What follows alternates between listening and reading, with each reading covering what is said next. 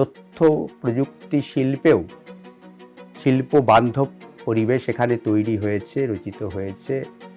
Cut money নেই, ভয় নেই। যেভাবে মানুষের পাশে থাকা উচিত, যেভাবে কর্মসংস্থানের উপায় করে দেওয়া উচিত, সেভাবে কাজ কিন্তু করেন। এই শিল্পের দুয়ার তাদের দুটি পাখা মেলে উড্ডীন হবে, এটি আমাদের প্রথম কাজ। অর্গানিক স্টেট যাতে পশ্চিমবঙ্গ হয়ে উঠতে পারে, প্রচার মাধ্যম, সোশ্যাল মিডিয়া, তাদেরকেও অনুরোধ করব। এখন থেকেই অনেকে হয়তো চেষ্টা করে যাচ্ছেন একটা বিপক্ষ শক্তি এই সরকারকে বিপদে ফেলবার হয়তো নানান ধরনের চেষ্টা করে যাচ্ছেন, তারা সফল হবেন না। আমরা চাই যে সংবাদ মাধ্যম পুরোপুরি এই সরকারের পাশে থাকুক। এইটুকু বলতে পারি যে ডিম ব্যবসায়ীরা তার ডিম ভাঙার কারণে আর দুঃখিত হচ্ছেন না। নমস্কার, এই সময় লাইভে আপনাদের স্বাগত। আমি শিলাদিত্য। শুরু করছি রাজনীতি ডিকোডেড। আর রাজনীতি ডিকোডেডে আজ আমাদের যিনি অতিথি, তাকে ক্যামেরার সামনে স্টুডিওতে তো দেখাই যায় না, অসম্ভব কার্যত। রাজ্যের মন্ত্রী কল্যাণ চক্রবর্তী, স্বাগত জানাচ্ছি। নমস্কার। কল্যাণবাবু, কৃষি বিজ্ঞানী থেকে মন্ত্রী হওয়া কত বড় প্রাপ্তি, কত বড় আশা, কত বড় চ্যালেঞ্জ? মাঠে ছিলাম, মাঠেই আছি। কৃষি বিজ্ঞানের মাঠে ছিলাম, উদ্যান পালনের মাঠে ছিলাম, রাজনীতির ময়দানে এসেছি। আলাদা কোনো অনুভূতি নেই। একই স্থান, তার রূপভেদ মাত্র। একাধিক দপ্তরের দায়িত্ব। আমি জানি যে মাত্র স্বল্প কয়েকদিনের দায়িত্বে সমস্ত কিছু দেখা, পরিচালনা করা সম্ভবপর হয়ে যাচ্ছে, এমনটা হয়তো না। এরম গভীরে যাওয়ার মতো পরিস্থিতি তৈরি হয়েছে কিনা আমি অন্তত জানি না। এখনো পর্যন্ত যে যে দপ্তরে আপনি গেলেন, সব দপ্তরেই আপনি গেলেন, তার পর্যালোচনা করলে কি মনে হচ্ছে? কত কাজ বাকি, কি করতে হবে? পাহাড় প্রমাণ কাজই বাকি। তার কারণ বিগত সরকার এই ডিপার্টমেন্টগুলো যেভাবে চলা উচিত, যেভাবে মানুষের পাশে থাকা উচিত, যেভাবে কর্মসংস্থানের উপায় করে দেওয়া উচিত, সেভাবে কাজ কিন্তু করেন। এই যে তিনটে ডিপার্টমেন্ট, আমি যখন মানুষের কাছে গিয়েছি দপ্তর পাওয়ার পরে, খড়দা বিধানসভা ক্ষেত্রের মানুষ, তারা বলছেন তথ্য যে প্রযুক্তি বলছেন, আইটি বলছেন, এটা খায় না মাথায় দেয়। আমি সত্যিই ডিপার্টমেন্টে গিয়েও দেখলাম যে এই ডিপার্টমেন্টগুলোর ইতিবৃত্ত আকারে কোনো লিটারেচার সেইভাবে তৈরি নেই। মানুষের কাছে ডিপার্টমেন্টগুলো যথার্থভাবে পৌঁছাতে পারেনি। আম জনতার কাছে এই বিভাগগুলো কিন্তু স্থায়ী হয়নি, বোধন হয়নি ডিপার্টমেন্টগুলো। আমাদের প্রথম কাজ হবে এই ডিপার্টমেন্টের প্রাসঙ্গিকতা জনতা জনার্দনের কাছে প্রতিষ্ঠা করা। তার পাশাপাশি আমরা যে বিভিন্ন ডিপার্টমেন্টে যে কাজ করব বলে আমরা সংকল্পপত্রে উল্লেখ করেছিলাম, প্রাক নির্বাচনী পর্বে আমাদের সে কাজগুলো করতে হবে। আপনারা জানেন যে তথ্য প্রযুক্তি শিল্প এবং ইলেকট্রনিক্স, এখানে কর্মসংস্থানের একটা বিপুল বিরাট সুযোগ। তো এতদিন পর্যন্ত পশ্চিমবঙ্গ না হয়ে এই ধরনের শিল্প এবং কর্মসংস্থানের বিষয়গুলো পুরোটাই আইদার ব্যাঙ্গালোর অথবা গুরগাঁও হয়েছে, দিল্লির কাছাকাছি। তো পশ্চিমবঙ্গ সেই মানচিত্রে প্রায় ছিলই না। আগামী দিনে এই শিল্পের অভিমুখ এবং প্রযুক্তিবিদদের অভিমুখ পশ্চিমবঙ্গমুখী করা, এটা সর্বপ্রথম আমাদের করে দেখাতে হবে যে পশ্চিমবঙ্গ অন্যান্য শিল্পের মতো তথ্য প্রযুক্তি শিল্পেও শিল্প বান্ধব পরিবেশ এখানে তৈরি হয়েছে, রচিত হয়েছে। কাটমানি নেই, ভয় নেই, সিন্ডিকেট রাজ নেই। এই পরিস্থিতিতে এই শিল্পের দুয়ার তাদের দুটি পাখা মেলে উড্ডীন হবে, এটি আমাদের প্রথম কাজ। তার পাশাপাশি আরও যে ডিপার্টমেন্টগুলি রয়েছে, সায়েন্স অ্যান্ড টেকনোলজি এবং বায়োটেকনোলজি, নামে হয়তো দুটো, যদি সংজ্ঞাস্বরূপ বৈশিষ্ট্য দেখি, এই যে আগের আইটি, ইলেকট্রনিক্স সবই কিন্তু একটা নতুন বিজ্ঞানের বিষয়। তার পাশাপাশি ফুড প্রসেসিং ইন্ডাস্ট্রিজ, হর্টিকালচার এই ডিপার্টমেন্টও আমার আছে। তার মধ্যে চিরায়ত যে জ্ঞান সেটা যেমন আছে, তার উন্নততর রূপ শিল্পের মাধ্যমে এবং উদ্যান পালনের মাধ্যমে কীভাবে করা যেতে পারে তার একটা সংমিশ্রণ থাকবে। আমরা এক্ষেত্রে বলবো যে উদ্যান পালনের ক্ষেত্রে আমরা যথাসম্ভব প্রকৃতি বান্ধব, পরিবেশ বান্ধব হয়ে ওঠা। আমরা বলতে চাই যে অর্গানিক স্টেট যাতে পশ্চিমবঙ্গ হয়ে উঠতে পারে, এবং সিকিমের মতোই। তার কারণ পশ্চিমবঙ্গে একটা বড় সুযোগ রয়েছে।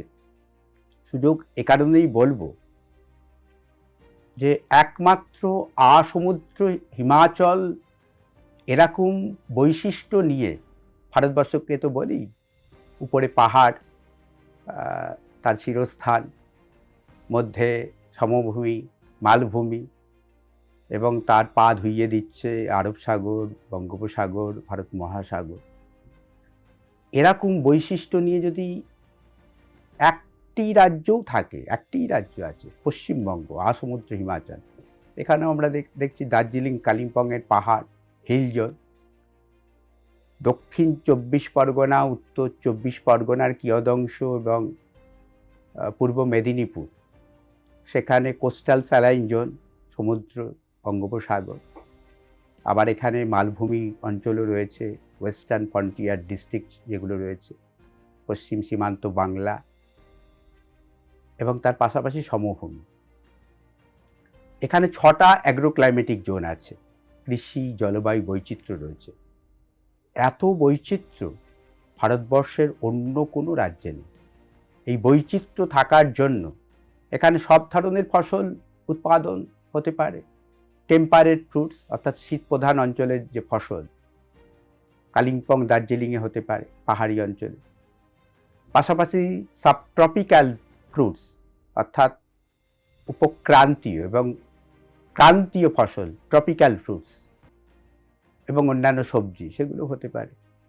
এই যে প্রকৃতি ঢেলে দিয়েছেন, সাজিয়ে দিয়েছেন পশ্চিমবঙ্গকে, এই প্রকৃতির দান আমরা কিন্তু যথার্থভাবে গ্রহণ করতে পারিনি। The gift unopened. আমাদের আগামী দিনের উদ্দেশ্য হবে যা আমাদের প্রকৃতি মাতা, বঙ্গমাতা, ভারত মাতা আমাদের দিয়েছেন, তাকে কাজে লাগিয়ে সোনার বাংলা করা, বিকশিত বাংলা করা, এবং সেই সঙ্গে মানুষের কাছে, আমজনতার কাছে পৌঁছানো। জানেন তো, আম জনতা কিন্তু পুণ্ডরীকাক্ষ জনতার চাইতেও বেশি শক্তিশালী। আমাদের শক্তি দিয়েছেন, ভারতীয় জনতা পার্টিকে শক্তি দিয়েছেন। আমরা এই যুদ্ধে জয়লাভ করেছি। বিকশিত বাংলা গড়ার লক্ষ্যেই মানুষ দিয়েছেন। মানুষের পাশে থাকতে হবে। আমরা অনুষ্ঠান শুরুর আগে ওনার সঙ্গে যখন প্রাথমিকভাবে কথা বলছিলাম, এতই স্মিতভাষী যে আমি বুঝতে পারছিলাম না যে অনুষ্ঠানটা কোন দিকে নিয়ে যাবো বা কিরকমভাবে রাজনীতির কথা বলবো। কিন্তু মাস্টারমশাই কল্যাণবাবু যে এই মুহূর্তে পুরোটা ঠিক কিরকমভাবে ছাত্রকে অধ্যয়ন করানোর জন্য কি কি বলা দরকার সেটা কার্যত বলে দিলেন। আমি আপনার প্রথম ডিপার্টমেন্টের পরিপ্রেক্ষিতে একটু জানতে চাইব। আপনি বলছিলেন যে তথ্য প্রযুক্তি দপ্তর খায় না মাথায় দেয়, সেটাই লোকের কাছে ভালোভাবে পরিষ্কার ছিল না, আপনার বিধানসভা এলাকার পরিপ্রেক্ষিতেই বলছিলেন। অথচ রাজ্যের সম্ভাবনাময় শিল্পের নিরিখে, যে কারণে সেক্টর 5 আলাদাভাবে গড়ে ওঠে, তথ্য প্রযুক্তি 1 নম্বর। নতুন প্রজন্ম, তাদের প্রত্যাশা অনেক বেশি পরিমাণে তথ্য প্রযুক্তিকে কেন্দ্র করে। ডবল ইঞ্জিন সরকার হওয়ার জন্য আমরা কি আরো বেশি আশা করব? একদম।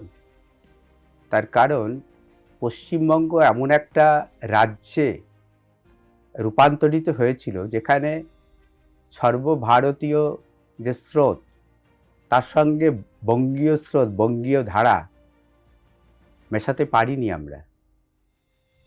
ডাবল ইঞ্জিন সরকারের মাধ্যমে আমাদের যে সুযোগগুলো আরও সহজে ধরা দিতে পারে, রাজ্যের বাজেট তো আছে, কেন্দ্রীয় বাজেটের মধ্যে রাজ্যের উন্নয়নের জন্য যে যে কেন্দ্রীয় প্রকল্পগুলো আছে, সেই প্রকল্পগুলিতে এই রাজ্য সরকার পূর্বে অংশগ্রহণ করেনি এবং না করবার জন্য অনেক যে পথ আমাদের কাছে বন্ধ ছিল, দুয়ার বন্ধ ছিল, এই দরজা আমরা খুলেছি, মানুষ খুলে দিয়েছেন। এখন এক এক করে কেন্দ্রীয় যা যা প্রকল্প আছে বাংলার উন্নয়নের জন্য এবং সামগ্রিকভাবে ভারতবর্ষকে এগিয়ে নিয়ে যাওয়ার জন্য, বৈভবশালী করবার জন্য, তার সব সুযোগ আমরা গ্রহণ করতে চাই, বাদ দেব না কোথাও। ডবল ইঞ্জিন সরকারের এটিই হলো একটি বিশেষ মজা আর কি। মজা বলতে আমরা রাজ্যকেও যেমন রাজ্যের যা সম্পদ আছে, বাজেট বরাদ্দ আছে, তা যেমন গ্রহণ করব, কেন্দ্রীয় বাজেট বরাদ্দের মধ্যেও আমাদের রাজ্য যথাসম্ভব অংশগ্রহণের মাধ্যমে আমরা সর্বদিক থেকে আমরা উন্নতির শিখরে পৌঁছাবো। এটাই আমাদের প্রথম কাজ হবে। আমরা শুরু করে দিয়েছি কেন্দ্রীয় সরকারি যে প্রকল্পগুলো আগে গ্রহণ করা হয়নি, তার জন্য যে নোটিফিকেশান, একাধিক বিষয়ে একাধিক ফ্ল্যাগশিপ যে প্রোগ্রাম আগামী দিনে চলতে পারে, আমরা নোটিফিকেশান করিয়েছি। আগামী দিন সেগুলোকে ইমপ্লিমেন্টেশন করা। এবং আপনারা সকলেই জানেন তথ্য প্রযুক্তি শিল্প এমন একটা বিশেষ যে মঞ্চ, যেখানে লক্ষ লক্ষ কর্মসংস্থান আমাদের এখানেই হবে। আমাদের টার্গেটও আছে যত বেশি সংখ্যক আগামী আমরা ভাগও করে নিয়েছি যে দীর্ঘমেয়াদী কাজ কি করব এবং সামনাসামনি আমরা কি কাজ করব। তো আমরা সেইভাবেই এগোতে চাই। তার সঙ্গে আমরা যে বিভিন্ন প্রচার মাধ্যম, সোশ্যাল মিডিয়া, তাদেরকেও অনুরোধ করব। এখন থেকেই অনেকে হয়তো চেষ্টা করে যাচ্ছেন, একটা বিপক্ষ শক্তি এই সরকারকে বিপদে ফেলবার হয়তো নানান ধরনের চেষ্টা করে যাচ্ছেন, তারা সফল হবেন না।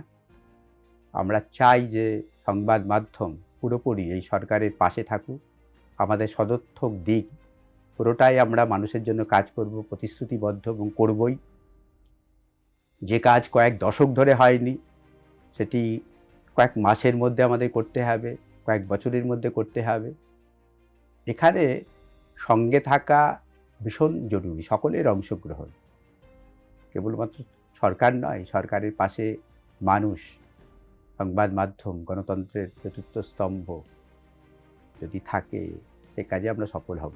আমরা তো অন্ততপক্ষে আছি। কল্যাণবাবু, আমি যদি ভুল বলি আমাকে কাইন্ডলি রেকটিফাই করে দেবেন। যেটা মানুষ জানতে চাইছিলেন আপনি হেডলাইনটা দিয়ে দিলেন, তো আমাদের থাম্বনেলটা একেবারে তৈরি করে দিলেন। লক্ষ লক্ষ কর্মসংস্থান তথ্য প্রযুক্তি শিল্পে হবে, তাই তো? ইতিমধ্যেই কিন্তু আমাদের স্টুডিওতে এসে অত্যন্ত গুরুত্বপূর্ণ দিশা বা পজিটিভ নোট দিয়ে দিয়েছেন। তথ্য প্রযুক্তি শিল্পে লক্ষ লক্ষ কর্মসংস্থান হবে। এ প্রসঙ্গে আমার শেষ প্রশ্ন থাকবে আপনার কাছে। আপনি একটু আগে উল্লেখ করলেন যে ব্যাঙ্গালোরে চলে যেতে হয়েছে অগণিত ছাত্রছাত্রী বা অগণিত মানুষকে চাকরির জন্য। তার মানে আমরা ধরবো যে নতুন শিল্প এরা যে অন্তরপক্ষে সেক্টর 5 মুখী বা তথ্য প্রযুক্তি শিল্পমুখী হচ্ছে এবং নতুন শিল্পের প্রতিভা আমরা খুব দ্রুত আপনাদের মাধ্যমে দেখতে চলেছি এবং তার সঙ্গে রিলেটেড কর্মসংস্থান, তাই তো? বিগত শতকের 9-এর দশকে, 8-এর দশকের শেষ থেকে 9-এর দশকে যখন সেই সময় বাম সরকার কম্পিউটার সম্পর্কে তাদের একটা বিপ্লবী মনোভাব প্রকাশ করে ফেলল, প্রথমে হওয়া উচিত ছিল যে এই তথ্য প্রযুক্তি শিল্পের বিষয়ে পশ্চিমবঙ্গমুখী হবে। তার কারণ এখানে মেধা আছে, বাঙালিদের যে ক্ষুরধার ব্যক্তিত্ব, মেধা, এটা সারা বিশ্বই জানে, সারা ভারতবর্ষও জানে। তো সেখানে বাম সরকারের একটা বিরূপ মনোভাব এই পশ্চিমবঙ্গ অভিমুখী না হয়ে তা ব্যাঙ্গালোর অভিমুখী হয়েছে, দক্ষিণের দিকে গিয়েছে অথবা দিল্লির কাছাকাছি হয়েছে। তো আমরা কিন্তু আবার যে সোনার বাংলা আমরা বলছি না, সোনার বাংলা মানে সর্বদিক থেকে উন্নতির শিখরে, রূপাও সেখানে কিন্তু গুরুত্ব পায় না। চর্যাপদে আছে, সেখানে একটি পদের মধ্যে আমরা দেখছি যে চারিদিকে সোনায় ভরে গেছে, রূপারও স্থান নেই। অর্থাৎ সর্বোত্তম সবচেয়ে মহামূল্যবান বিষয়টাই আমরা চাই। পশ্চিমবঙ্গে এই মেধা আছে, পশ্চিমবঙ্গে সেই পরিবেশ আছে, সুযোগ আছে, যোগাযোগ ব্যবস্থা আছে। এই পশ্চিমবঙ্গে যদি এই শিল্প সফল হয়, সফল হবেই, তাহলে কিন্তু আপনারা যেই বিষয় নিয়ে আলোচনা করলেন, আমরাও বিশ্বাস করি যে আগামী 5 বছরে বেশ কয়েক লক্ষ যুবক যুবতীর কর্মসংস্থান করে দিতে পারব। কেবলমাত্র সময়ের অপেক্ষা। এই সরকারের পরিবর্তনের পরে বহু শিল্প উদ্যোক্তারা আমাদের সঙ্গে স্বতঃপ্রণোদিতভাবে যোগাযোগ করেছেন। তারা এই সুযোগের অপেক্ষায় ছিলেন। তারা পশ্চিমবঙ্গকে চেনেন, পশ্চিমবঙ্গের মেধা সম্পর্কে তারা অবহিত। তার কারণ সারা ভারতবর্ষ এবং বিশ্বব্যাপী এই তথ্য প্রযুক্তি শিল্পের যারা কাণ্ডারি, যারা সেখানে কর্মরত প্রযুক্তিবিদ, তাদের অধিকাংশই বাঙালি। বাঙালিরা তার আপন প্রদেশে থেকে, আপন পরিবারের সামীপ্যে সান্নিধ্যে থেকে তারা কর্ম সম্পাদন করবেন। ব্রেন ড্রেন আর হতে দেব না। পশ্চিমবঙ্গ অভিমুখে তথ্য প্রযুক্তি শিল্পের নবজোয়ার হবে, এটা আমাদের প্রচেষ্টা থাকবে। দ্বিতীয় হেডলাইন বা থাম্বনেল ইতিমধ্যেই কল্যাণবাবু দিয়ে দিয়েছেন, অর্থাৎ ইতিমধ্যেই বিভিন্ন জায়গা থেকে শিল্পের জন্য বা বিনিয়োগ করার জন্য তথ্য প্রযুক্তি শিল্পে যোগাযোগ করা হয়েছে এবং তিনি বললেন যে তারা অপেক্ষা করছিলেন এই সরকারের পরিবর্তন হওয়া পর্যন্ত এবং তারপর ইতিমধ্যেই যোগাযোগ করেছেন। আমি জানি না আলোচনা যতক্ষণ চলবে তার মধ্যে যদি উনি মনে করেন বেশ কিছু কোম্পানির নাম বা সংস্থার নাম আমাদের স্টুডিওতে এসে বলা সম্ভব, তাহলে উনি বলবেন। খাদ্য প্রক্রিয়াকরণ আরো একটা গুরুত্বপূর্ণ দপ্তরের গুরু দায়িত্ব আপনার উপরে রয়েছে। কল্যাণবাবু, একদিক থেকে দেখলে কিন্তু এই দপ্তরটা সম্পর্কেও পশ্চিমবঙ্গের মানুষ খুব একটা জানে না। খাদ্য প্রক্রিয়াকরণ একটা বিশাল আকারের জায়গা, যেখানে আমরা ধরতে পারি বাড়ি থেকে শুরু করে কুটির শিল্প তৈরি হয় এবং সেই জায়গায় খাদ্য প্রক্রিয়াকরণ, ফুড প্রসেসিং এর সেই প্রসেস যা পশ্চিমবঙ্গকে অন্য মানচিত্রে নিয়ে যেতে পারে, যাবে 1 নম্বরে। একদম। আমরা তো বলবো যে ঘরে করো, শিল্প গড়ো। আগেকার দিনের মা, মাসি, দিদা, ঠাকুমা আমরা ছোটবেলায় দেখেছি, এখন সেই কালচার কোথায় গেল জানি না। তারা ঘরেই আম শুকিয়ে রাখতেন, আমের আচার করতেন, কুলের আচার করতেন, আম সত্ত্বও দিতেন, এমনকি কাঁঠাল সত্ত্বও দিতেন। কাঁঠালেরও সত্ত্ব হয়, গোলা কাঁঠালের। তারপর বিভিন্ন সবজি সেটাও শুকিয়ে রাখতেন শীতের সময়, সারা বছর ধরে, বিশেষ করে বর্ষাকালে খাওয়া হতো। বড়ি দিতে পারতেন, গয়না বড়ি, নকশি বড়ি, মুগ ডালের বড়ি, মুসুর ডালের বড়ি। এই যে প্রবণতা, সেটা কিন্তু ধীরে ধীরে হারিয়ে যাচ্ছে। তো আমরা বলবো যে মরশুমি যে ফলগুলো রয়েছে, মরশুমে তার সুস্বাদ তো আমরা গ্রহণ করবই। বাংলা একটা কথা আছে, 12 মাসে 12 ফল, না খেলে যায় রসাতল। আমাদের এই বাংলায় ফসল বৈচিত্র্য রয়েছে, নানান ফলের প্রাচুর্য রয়েছে। তার মধ্যে কিছু কিছু আছে মাইনর ফ্রুটস, গৌণ ফল তথাকথিত, যেমন ফলসা, আঁশফল, আমলকি, হর্তকি, বহেরা, গাব। তো আমরা মেজর যে ফ্রুট ফসল আছে তার পাশাপাশি গৌণ ফল সেগুলোকেও হাইলাইট করতে চাই, সেগুলো হারিয়ে যাচ্ছে। আর যেটি দরকার সেটি বৃহৎ উৎপাদন যে অঞ্চল রয়েছে আমের জন্য, মালদা, মুর্শিদাবাদ, নদিয়া, এবং এদিকে দেখতে পাচ্ছি যে হুগলি, উত্তর 24 পরগনা, বহু প্রজাতির, বহু জাত বৈচিত্র্যের আম এখানে উৎপাদিত হয়। তো আমের মতো অন্যান্য ফসলেরও এখানে সম্ভার রয়েছে। লিচুর ক্ষেত্রে মালদার ফারাক্কা, মালদা, মুর্শিদাবাদ, পেয়ারা এবং অন্যান্য ফসল। উত্তরবঙ্গে আনারস, উত্তর দিনাজপুর জেলার উত্তরাংশ, তেরাই অঞ্চল অর্থাৎ শিলিগুড়ি সাব ডিভিশন, দার্জিলিং জেলার জলপাইগুড়ি, কোচবিহার, আলিপুরদুয়ার, অর্থাৎ বিভিন্ন জায়গাতে যে বিভিন্ন ফসল ব্যাপক হারে উৎপাদিত হচ্ছে, সেটা যখন একসঙ্গে বাজারে আসে তখন ঠিকমতো দাম পায় না। আমরা যদি এই ফসলগুলোকে প্রক্রিয়াকরণ করতে পারি, সেই সব উৎপাদন স্থলের কাছাকাছি উদ্যোগপতিরা ফুড প্রসেসিং ইন্ডাস্ট্রি স্থাপন করে, সে নানানভাবে হতে পারে। সে বিষয়ে জ্ঞান ভাণ্ডার, সারস্বত যে জ্ঞান ভাণ্ডার, সেগুলো কৃষি বিশ্ববিদ্যালয়গুলো রয়েছে, প্রযুক্তি বিশ্ববিদ্যালয়গুলো রয়েছে, তার আধুনিকীকরণ হয়েছে, সংরক্ষণের নানান যে আধুনিক পদ্ধতি এখন আমাদের হাতের মুঠোয়, তাকে কাজে লাগিয়ে, বিজ্ঞান এবং প্রযুক্তিকে কাজে লাগিয়ে ফসল প্রক্রিয়াকরণ, ফল সবজি সবই হতে পারে। তা আমাদের করতে হবে এবং বিদেশের বাজারে পাঠাতে হবে। বিদেশের বাজারে পাঠানোর জন্য তার কিছু তার সুনির্দিষ্ট প্যারামিটার আছে। গুণমানে উন্নত হতে হবে, কীটনাশকের অবশেষ থাকবে না। তো এই ধরনের ফসল চাষে যদি আমরা জৈব প্রযুক্তি, জৈব চাষের যে নানান যে উপায় আছে তাকে কাজে লাগাতে পারি, তাহলে কিন্তু এই রেসিডুয়াল টক্সিসিটি, কীটনাশকের অবশেষ তার থাকে না।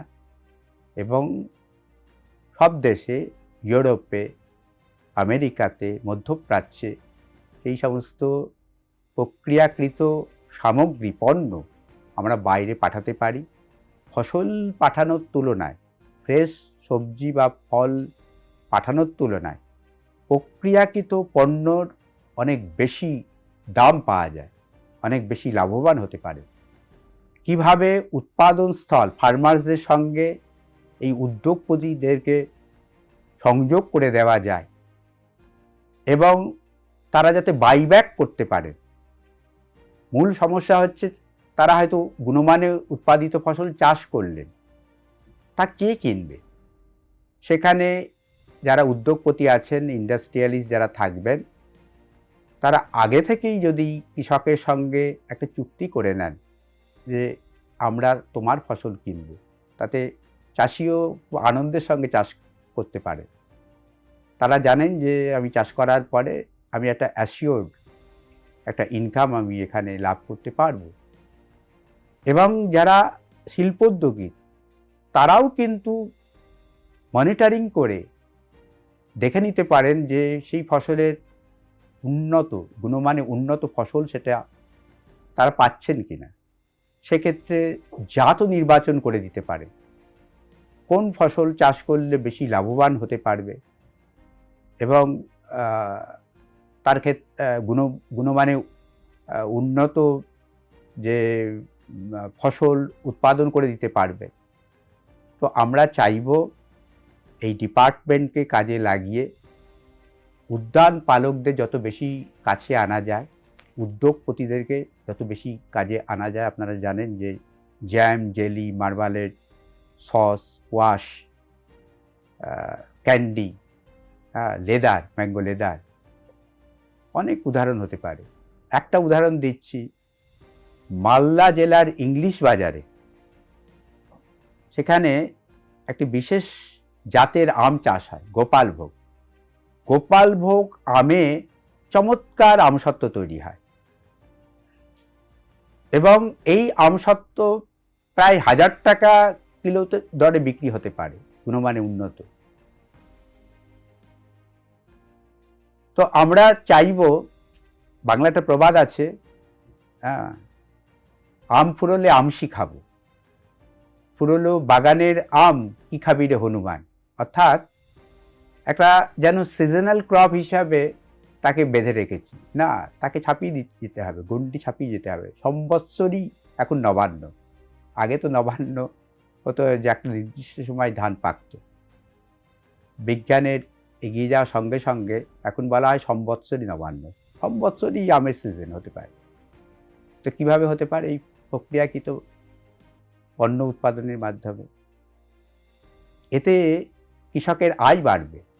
আমাদের মাননীয় প্রধানমন্ত্রীজি তিনি দীর্ঘদিন ধরেই চাইছেন যে কৃষকের আয় বৃদ্ধি, দ্বিগুণ লাভ। আমরা অতি অবশ্যই উদ্যান পালনের মাধ্যমেই এটি করে দিতে পারি। আজকে তিনিই সবচেয়ে বড় চাষি যিনি একক পরিমাণ জমি থেকে বেশি আয় করতে পারেন। আগে কি বলতাম, একক পরিমাণ জমি থেকে বেশি উৎপাদন করতে পারে। উৎপাদন অনেক হলো, আলু চাষিরা আত্মহত্যা করছে, টমেটো চাষিরা আত্মহত্যা করছে, বাজারে নিয়ে যাচ্ছে, বিকোচ্ছে না। সেই টমেটো সেই আলু বাড়িতে নিয়ে যাওয়ার খরচও পর্তা পোষাবে না, পারলে ওখানেই ফেলে আসতে চায়। যারা বাজার সরকার তারা বলবে যে এখানে ফেরো না, এখানে পচে যাবে, দুর্গন্ধ ছড়াবে। চাষিরা এরকম অবস্থাতে আছে, এতদিন ধরে ছিল। আলু চাষি আত্মহত্যা করেছে পশ্চিমবঙ্গে। আগামী দিনে যদি এই কৃষকদের পাশে থাকা যায়, আমাদের যে বাজেট ভাষণের পরতে পরতে পৃষ্ঠায় পৃষ্ঠায় আমরা কৃষকদের কথা বলেছি, শিল্পের কথা বলেছি। এই যে বাজেট কৃষক বান্ধব, শিল্প বান্ধব, এরকম বাজেট হয়তো পশ্চিমবঙ্গবাসী কেউ কখনো আগে দেখেনি। আমরা এই ডিপার্টমেন্টের মাধ্যমে, অর্থাৎ department of food processing industries and horticulture, তার মাধ্যমে কৃষকদের কাছে আরও নিবিড়ভাবে পৌঁছাতে পারব। আর পশ্চিমবঙ্গের একটা ইতিহাস তো আছেই, এটি হচ্ছে খনার প্রদেশ বা রাজ্য, খনার বচন। তো খনার অনেক বচন কৃষক সমাজের মধ্যে প্রচলিত। সেখানে হর্টিকালচারাল যে প্রভাব বা প্রবাদ প্রচল কথা অনেক বেশি আছে।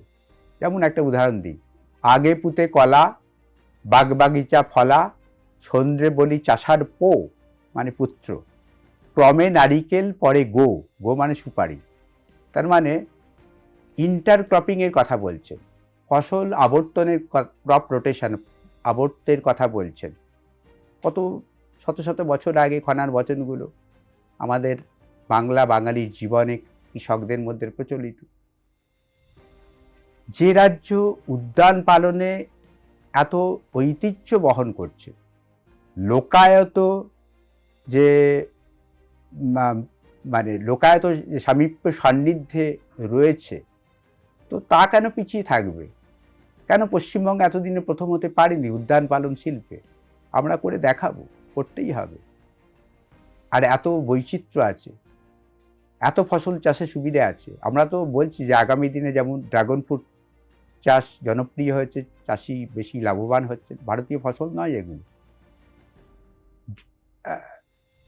আগামী দিনে আমরা অ্যাভোকাডোর মতো ফসল, বিশ্ববাজারে যথেষ্ট দাম, একটা অ্যাভোকাডো কত টাকা দিয়ে কেনেন? 100-150 টাকা দিয়ে কেনেন, 200 টাকা কখনো হয়ে যাচ্ছে। এবং রামবুটানের মতো ফসল, এগুলো চাষ করিয়ে, এক্সোটিক ক্রপ চাষ করিয়েও, এবং এখান থেকে বাইরে পাঠিয়ে যারা অ্যাভোকাডো কিনতে চায় আমাদের দেশের বাইরেও, আমাদের এখানে এত সুযোগ রয়েছে, এত কৃষি জলবায়ুর বৈচিত্র্য আছে, নানান জাতের অ্যাভোকাডো এখানে হতে পারে, রামবুটান হতে পারে, অন্যান্য বিদেশি ফলও এখানে হতে পারে, ব্লুবেরি পাহাড়ে আমাদের হচ্ছে। আমরা এখানেই চাষ করে যেসব দেশে আগে হতো সেই সব দেশেই পাঠাবো। আমাদের আগামী দিনের লক্ষ্য পশ্চিমবঙ্গকে উদ্যান পালনের একটি স্বর্গ রাজ্যে পরিণত করা, কৃষকদের আয় বৃদ্ধি করা। তৃতীয় হেডলাইন আমরা পেয়ে গেলাম, অর্থাৎ কৃষি পালন উদ্যান শিল্পেও একই রকমভাবে 1 নম্বরে যাতে পশ্চিমবঙ্গ যায়। ইতিমধ্যেই রাজ্যের মন্ত্রী এসে সে কথা কার্যত প্রতিশ্রুতি আকারে ইতিমধ্যেই দিয়ে দিলেন। একটু অন্য রকমের প্রশ্নে আসবো। বারবারই আমি বলছিলাম যে আমি মন্ত্রী মশাইয়ের সঙ্গে কথা বলছি না মাস্টার মশাইয়ের সঙ্গে কথা বলছি আমি বুঝতে পারছিলাম না। বলছি যে ছাত্রছাত্রীরা কি বলছেন যখন জানতে পারলেন যে মাস্টার মশাই এবারে মন্ত্রী মশাই হলেন? এতদিন আমার ছাত্রছাত্রীরা ব্যক্তিগতভাবে যোগাযোগ রাখতেন। আমার তো একটা সুনির্দিষ্ট মতাদর্শ ছিল, যদিও মতাদর্শ প্রচারের স্থল হিসাবে এই বিশ্ববিদ্যালয়কে ব্যবহার করিনি, কিন্তু তারা তো দেখতে পেতেন যে বিশ্ববিদ্যালয়ের বাইরে আমার কর্ম এবং কৃত্য। তারা জানতেন, বুঝতেন, আমাকে চিনতেন। হয়তো আমার সঙ্গে অনেকে মিশতে পারতেন না। কেন? তার কারণ দেখুন, আমি যে দল থেকে বিজয়ী হয়েছি, ভারতীয় জনতা পার্টি, তো এটা কোনো কোনো রাজনৈতিক দল, আপনারা জানেন যে একসময় আমাদের মাননীয় পূর্বতন এখন প্রয়াত মুখ্যমন্ত্রী বর্বের দল বলেছেন। আমাদের দলের যিনি প্রতিষ্ঠাতা ডক্টর শ্যামাপ্রসাদ মুখার্জি, তখন ভারতীয় জনসংঘ ছিল, তারই পরবর্তী রূপ ভারতীয় জনতা পার্টি, তাকে সাম্প্রদায়িক পদবাচ্য করেছেন। তিনি কি আদৌ সাম্প্রদায়িক ছিলেন? ডক্টর শ্যামাপ্রসাদ মুখার্জি শিক্ষাবিদ হিসাবে যখন কলকাতা বিশ্ববিদ্যালয়ের কনিষ্ঠতম উপাচার্য 1934 থেকে 1938, তার পূর্বাপরেও তিনি কলকাতা বিশ্ববিদ্যালয়ের সেনেট সিন্ডিকেটের মেম্বার ছিলেন, শিক্ষাবিদ ছিলেন। ছাত্রদের জন্য তিনি যা কাজ করেছেন এবং মুসলমান ছাত্রদের জন্য তিনি যা কাজ করেছেন, তা কিন্তু অন্য কোনো উপাচার্য করেছেন বলে জানা যায় না। এবং আমরা ডক্টর শ্যামাপ্রসাদ মুখার্জিকে এভাবেও দেখি, কবি কাজী নজরুল ইসলাম তিনি যখন অসুস্থ হচ্ছেন, মুসলিম লীগ নেতাদের দুয়ারে দুয়ারে যাচ্ছেন, কৃষক প্রজা পার্টির নেতা দুয়ারে দুয়ারে যাচ্ছেন তাদের যে মুসলিম নেতাদের কাছে, কেউ এক পয়সা সাহায্য করেননি। তিনি কি করলেন? তথাকথিত সাম্প্রদায়িক পদবাচ্য ডক্টর শ্যামাপ্রসাদ মুখার্জি তাকে আর্থিক সাহায্য করলেন, উপার্জিত। এবং তাই নয়, তিনি তার বাগান বাড়ির চাবি দিয়ে দিলেন যাতে সস্ত্রীক সব বান্ধব কবি অবস্থান করতে পারেন, বায়ু পরিবর্তন হয়, তিনি ভালো যাতে থাকেন। তবুও তাকে সাম্প্রদায়িক বলা হয়েছে। তো আমাদের এই ভারতীয় জনতা পার্টি পশ্চিমবঙ্গে একটা যেন অচেনা একটা রাজ্য তখন ছিল, কিন্তু ভেতরে ভেতরে কিন্তু রাষ্ট্রভক্তি ক্রমশ জন্মলাভ করছিল।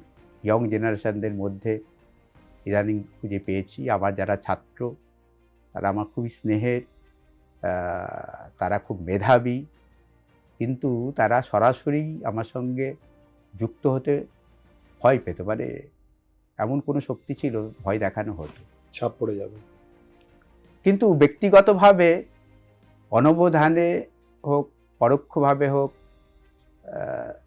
ইনবক্সে হোক যোগাযোগ রাখতেন। অনেক ছাত্রের সঙ্গে আমি বিভিন্ন বিষয়ে প্রবন্ধ নিবন্ধ লিখেছি, এই সংখ্যাও কম নয়। তারা এখন নিশ্চয়ই সেগুলো আরও প্রচার করবেন। কোনো কোনো ছাত্রের সঙ্গে আমি বইও লিখেছি, গ্রন্থ প্রবন্ধ লিখেছি। ছাত্রদের সঙ্গে আমার খুব প্রীতির সম্পর্ক। আমি মনে করি যে ফার্স্ট ইয়ারে যখন স্টুডেন্টরা আসে, বাবা মাকে ছেড়ে গ্রাম থেকে আসেন, অনেক দূর থেকে, নতুন পরিবেশ, নতুন একটা বিদ্যাঙ্গন, সেখানে তারা নানান সময়ে একটু সংকুচিত হয়ে থাকে। সেই সময় আমার মনে হয় স্নেহ সান্নিধ্য দিলে, অভিভাবকের মতো আমারও তো সন্তান আছে, আমার সন্তান যখন বলে যে ওই মাস্টারমশাই কিংবা ওই ম্যাডাম আমাকে স্নেহ দিয়েছেন, তখন আমারও মনে হয় যে আমি আমার সন্তানদেরকে যে স্নেহ সান্নিধ্য দিচ্ছি তা যেন প্রকারান্তরে আমার কাছে ফিরে আসছে। শিক্ষাঙ্গনে এমনই হওয়া উচিত। গুরুকুল প্রথাতে যেরকম ছিল, আচার্য বা গুরু, তার সঙ্গে বিদ্যার্থী বা ছাত্রের যে সম্পর্ক ছিল, আগামী দিনে আমার মনে হয় ওই প্রথা তো আর ওইভাবে ফিরিয়ে আনা যায় না। অন্তত ছাত্র শিক্ষক একটি গভীর মানসিক সম্পর্কের মধ্য দিয়েও তারা শেখবার চেষ্টা করবে। ইদানিং যে শিক্ষাঙ্গনগুলোতে যেই অবস্থা রয়েছে, শিক্ষার যে পরিবেশ রচিত হয়ে গেছে, দুর্নীতির যে বিষয়গুলো আমরা দেখতে পেয়েছি, সেখানে এই সম্পর্কটা হারিয়েই গিয়েছে। আমি শিক্ষকেরই সন্তান, আমার পিতা তিনিও শিক্ষক ছিলেন। আমার মনে হয় যে স্টুডেন্টদের সঙ্গে আমাদের যে সম্পর্ক আরও নিবিড় করতে হবে, স্নেহ সান্নিধ্যের বিকল্প হয় না কখনো। আর তাদের জন্য যদি আমরা ভাবি, তারা নিশ্চয়ই সকলেই বুঝতে পারে যে তাদের কাছে কারা আছে। খর্দার মানুষ কি চাইছেন? খর্দার মানুষের প্রত্যাশা অনেক, তার কারণ বিগত সরকার খর্দার জন্য কোনো উন্নতি করেনি। খর্দা থেকে তো আমরা প্রচুর মন্ত্রী পেয়েছি, আর পেয়েও গেলাম আবার। এই খর্দার মানুষের আশীর্বাদ, জনতা জনার্দনের আশীর্বাদ। খর্দার কিছু হয়নি বলছেন? আমি জানতাম যে খর্দায় ভারতীয় জনতা পার্টি জয়লাভ করবেই। আমি মানে কি, আমাদের দলের সমন্বিত সত্তা, আমার মাধ্যমে দল এই বিধানসভা ক্ষেত্রে জয়লাভ করবে, কিন্তু সেই আমি হচ্ছে আমাদের সমন্বিত আমি, সকলের একত্রীভূত আমি। মানুষ চেয়েছেন যে এই খড়দহ যেন আতঙ্কমুক্ত হয়, প্রথম শর্ত আতঙ্ক মুক্তি তারা চেয়েছেন। কাটমানির যে সরকার আগে ছিল, সিন্ডিকেট রাজ যে ছিল, তোলাবাজি ছিল, বাহুবলীদের উপদ্রব ছিল, সেই জায়গা থেকে বেরিয়ে এসে একটি অনাময় শান্তির স্থল হয়ে উঠুক খড়দহ, একটি তুরিয়ানন্দের আবাসস্থল হয়ে উঠুক খড়দহ, এটি মানুষ চেয়েছিল, এটি দিতে পেরেছি। প্রথমেই খড়দাকে যেভাবে আমরা পরিচালিত করছি, খড়দা সেই জায়গাতে শুরু, গোটা বাংলায় সেই জায়গাতেই পৌঁছচ্ছে। তার পাশাপাশি খড়দার মানুষের অনেক ডিমান্ড রয়েছে, 5 দশকের দাবি। যে খড়দার যে স্টেশন রোড সংকীর্ণ, এখানে একটা ফ্লাইওভার দরকার। যানজট এখানে অফিস টাইমে মাত্রাতিরিক্ত। আমি এ বিষয়ে আমাদের যে প্রকল্প তা সংশ্লিষ্ট ডিপার্টমেন্টে দিয়েছি, তারা খুব তাড়াতাড়ি সার্ভে করবে। এর পাশাপাশি আরও অল্টারনেটিভ কোনো রাস্তা এখানে নির্মাণ করে দেওয়া যায় কিনা সে বিষয়ে উদ্যোগ নিচ্ছি। এখানে যে খাল রয়েছে, খালটা সংস্কার করতে হবে, সামনেই বর্ষা, আগামী দিনে যাতে জল যন্ত্রণা কোথাও না হয়, মশার প্রজনন ক্ষেত্র যাতে না হয়, সেটাও চাইছেন মানুষ।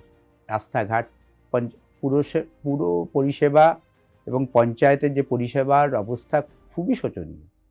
রাস্তাঘাট সেইভাবে নেই, নর্দমা নেই, কলের লাইন গেছে, জল নেই। এই পরিষেবাগুলোও কিন্তু তারা চাইছেন, যদিও সেটা পুরসভার কাজ, পঞ্চায়েতের কাজ, অনেক ক্ষেত্রেই তারা সঠিকভাবে কাজ করছিলেন না।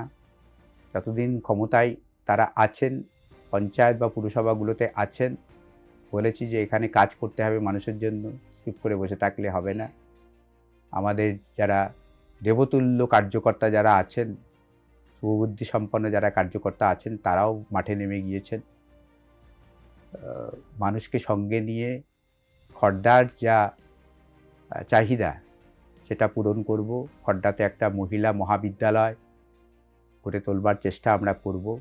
অনেক পুরনো মন্দির রয়েছে খড়দাতে, পাশাপাশি পানিহাটিতে। খড়দহ এবং পানিহাটি এই দুটোকে মিলে টেম্পল ট্যুরিজমের একটা বৃহত্তর আঙিনা তৈরি করা যায় কিনা এবং তার মাধ্যমে কর্মসংস্থান করে দেওয়া যায়, এটা আমরা ভাবছি। এই নিয়ে যোগাযোগও করছি বিভিন্ন ডিপার্টমেন্টে। এখানকার যে জীর্ণ মন্দির, সেগুলোকে সংস্কার, তার কারণ খড়দার আধ্যাত্মিক সংস্কৃতি বহু পুরনো, 550 বছরের পুরনো। নিত্যানন্দ, প্রভু নিত্যানন্দ এখানে অবস্থান করেছেন সস্ত্রী, সপুত্র।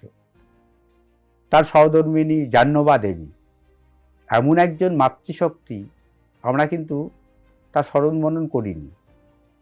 নিত্যানন্দের মহাপ্রয়াণের পরে যখন একটা সম্প্রদায় ক্রমাগত কালো কাপড়ের অবগুণ্ঠনে ঢেকে যাচ্ছে, সেই সময় দাঁড়িয়ে বৈষ্ণব সমাজের নেতৃত্ব দিচ্ছেন একজন মাতৃশক্তি। ভাবা যায় 500 বছর আগে। রহড়া খড্ডাবাসী জাহ্নবী দেবীকে চেনেনই না, জানেন না। বৈষ্ণব সমাজের কাছ থেকে কিছু কিছু শোনা যায়। তো ওনার স্মরণে কিছু একটা স্মৃতিচিহ্ন আমাদের করে যেতে হবে, করব। মাতৃশক্তির জন্য একটি মহাবিদ্যালয়, কলেজ স্থাপিত হবে আগামী দিনে, কথাবার্তা বলছি। মানুষ যেন সঙ্গে থাকেন, এই আবেদনও করেছি। তারপর খড়দহ শিক্ষা, সংস্কৃতি, ক্রীড়া, নাট্যচর্চার একটি গুরুত্বপূর্ণ পীঠস্থান। এখান থেকেই আমরা দেখছি যে নাট্যকার ক্ষীরোদ প্রসাদ বিদ্যা বিনোদ, খড়দারই সুসন্তান, তিনি উঠেছেন। তাকে ভুলে গিয়েছি। খড়দায় তো এত নাটক হয়, কোন মানে নাট্য নির্দেশক তাকে মনে রেখেছেন। আমরা চাইব তাদের স্মরণে আরও কিছু সারস্বত প্রতিষ্ঠান, নাট্য প্রতিষ্ঠান, সঙ্গীত প্রতিষ্ঠান যাতে তৈরি করা যায়, এবং এখানকার যারা গুণী মানুষ আছেন তাদেরকেও বাংলার এবং ভারতবর্ষের সেরা এই শিল্পীতে পরিণত করা যায়, প্রথম থেকেই আমরা চেষ্টা করব। খড়দার মধ্যে অনেক গ্রামীণ এলাকাও রয়েছে, সেখানে মানে বলা যেতে পারে কলকাতার ফুসফুসের মধ্যে খড়দার গ্রামীণ এলাকা, 4টে পঞ্চায়েত এলাকাও রয়েছে। এই সব জায়গাতেও প্রকৃতি বীক্ষণের পীঠস্থান করে দেওয়া। কোথাও হয়তো বার্ড ওয়াচিং টাওয়ার তৈরি হলো, কোথাও হয়তো ফার্ন পার্ক তৈরি হলো, ইকো পার্ক তৈরি হলো, এই বিষয়ে ভাবনা চিন্তা করছি। টেম্পল ট্যুরিজমটা তো দারুণ একটা ইউনিক চিন্তা ভাবনা, খুবই ভালো। আমার শেষ দুটো প্রশ্ন থাকবে। আপনি একটু আগে যখন ফুড প্রসেসিং এর কথা বলছিলেন, আপনি বলছিলেন আমসত্ত্ব এবং আরো অনেক কিছু ফল, সেখান থেকে আচারের কথা বলছিলেন। বলছি ডিম সত্ত্ব নিয়ে কিছু বলবেন? ডিম সত্ত্ব, ডিমের খুব বহুল প্রচার এই মুহূর্তে দেখতে পাচ্ছি, বিশেষ করে ক্ষমতার পরিবর্তন হওয়ার পর। আমি যেটা অবজার্ভ করেছি, এটাকে অন্যভাবে নেবেন না, আগে বাজারে গিয়ে দেখেছি টোকা লেগে ডিম ভেঙে গেলে যিনি বিক্রেতা তিনি খুব দুঃখিত হতেন। একটা ডিমের দাম যা আছে সে তো গোল্লাই গেল, নিয়েও যেতে পারেন না, হয়তো খুব অল্প দামে তাকে বিক্রি করে দিতে হতো, ক্ষতি হতো। এখন দেখছি কেউ কেউ বলছেন যে এখন ভাঙার ডিমও বিক্রি হচ্ছে, খুব টোকা লেগে ফেটে গেছে। তখন আমি বললাম যে কেন? বলছেন যে এই ফাটা ডিম, ভাঙা ডিমও বিক্রি হয়। তো আপনারা এখন সংবাদ মাধ্যমে, ইলেকট্রনিক মিডিয়াতে দেখেছেন যে ডিমের ব্যবহার, আমি ওর মধ্যে ঢুকতে চাই না, সব প্রশ্নের তো উত্তর দেওয়া যায় না। তো আমার মনে হয় যে এইটুকু বলতে পারি যে ডিম ব্যবসায়ীরা তার ডিম ভাঙার কারণে আর দুঃখিত হচ্ছেন না। আমার শেষ প্রশ্ন থাকবে, তার আগে একটু বলে দিই, আমরা খুব স্পেসিফিক ছিলাম আর কি, যে মন্ত্রীমশাইকে মূলত তার দপ্তর প্রসঙ্গেই নানান বিষয় জানবো, যদিও সে প্রসঙ্গে জেনেছি, কিন্তু সবটাতেই এটা নিয়ে বোধহয় তৃতীয়বার বলছি, মাস্টার মশাইকে ঠিক যেরকমভাবে দেখা যায়, যেরকমভাবে পাওয়া যায়, যেরকমভাবে তিনি বিশ্লেষণ করেন বা ছাত্রের প্রতি যে স্নেহদান করেন, যার কথা উনি নিজে উল্লেখ করেছেন, সেই জায়গা কিন্তু বারবার করে পেয়েছি। আমার শেষ প্রশ্ন থাকবে, রাজনীতি প্রায় ছুঁইনি এই অবস্থায়, কোথাও তো ছুঁতে হচ্ছে, কারণ আপনিই সেই ছোঁয়া নিয়ে এসছেন। চশমাটা আপনি এই রঙের পেলেন কোথা থেকে, কি করে আবিষ্কার করলেন, কে দিল, না নিজে কিনলেন, নাকি ইন্টেনশনাল? রঙের কথা বলছেন? রঙের কথা। রং তো আমার মনের মধ্যে, রং আমার চেতনার মধ্যে। আমার মনে হয় এই গৈরিক চেতনা ভারতবাসীর মধ্যে, দেশপ্রেমিক ভারতবাসীর সকলের মধ্যেই এই যে গৈরিক চেতনা এবং গৈরিক উত্তরাধিকার পতিত হয়ে আছে। আমরা জানি ভারতবর্ষ সারা বিশ্বকে যদি একটি বৃহৎ মানে আলয় ধরি, গৃহ ধরি, ভারতবর্ষ হচ্ছে তার ঠাকুর ঘর। ভারতবর্ষে এখন এখানে ভারতবর্ষের নানান সময়ে যুগের পর যুগ নানান মনীষী আধ্যাত্মিক শক্তিসম্পন্ন ব্যক্তিত্ব এসছেন এবং তারা ত্যাগের কথা বলেছেন। তেন ত্যক্তেন ভুঞ্জিতা, ত্যাগের মাধ্যমে ভোগের কথা বলেছেন। তো গৈরিক রং মানে কি? ত্যাগের প্রতীক, সমর্পণের প্রতীক। আমরা ভারত মাতার জন্য সমর্পিত প্রাণ, নেশন ফার্স্ট আমরা বলি, ব্যক্তি মানুষ যেন লাস্ট হই।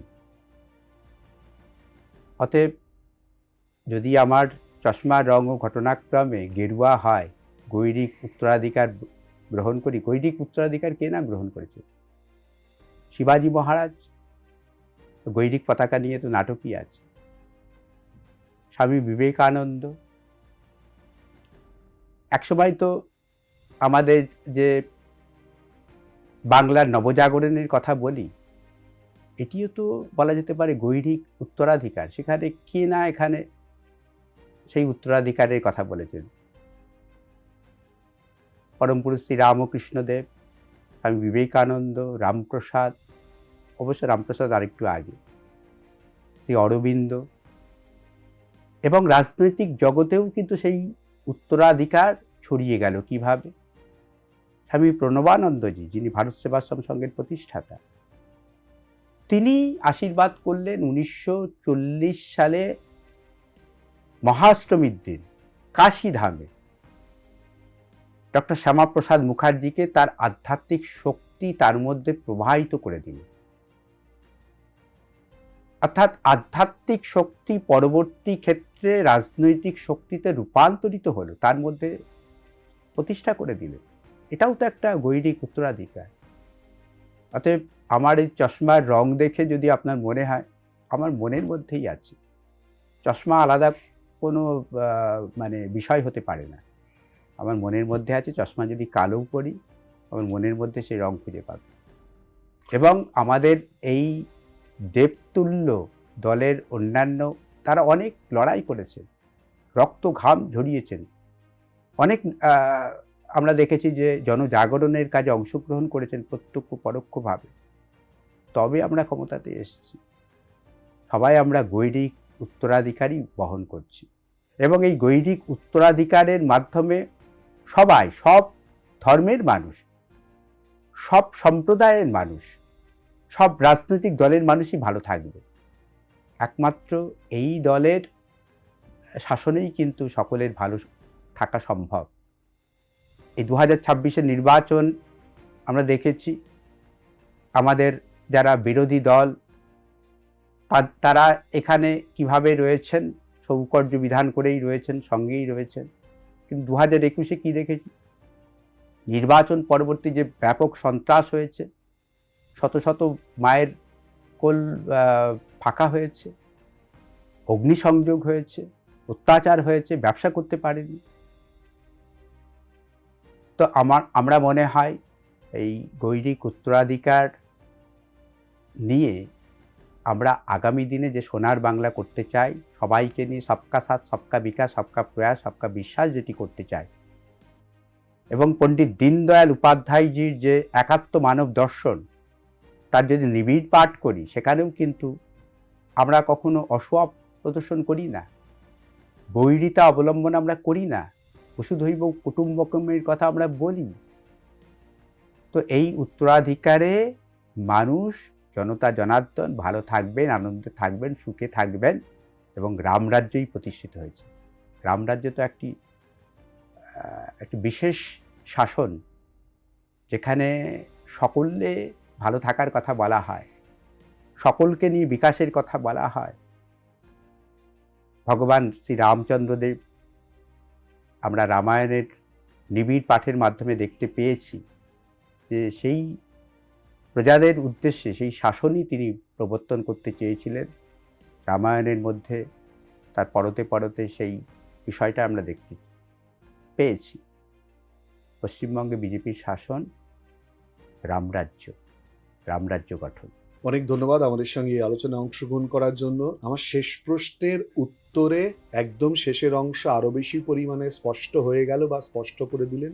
আমি প্রশ্ন করেছিলাম চশমার এই রং কি করে হলো, পেলেন না কিনলেন?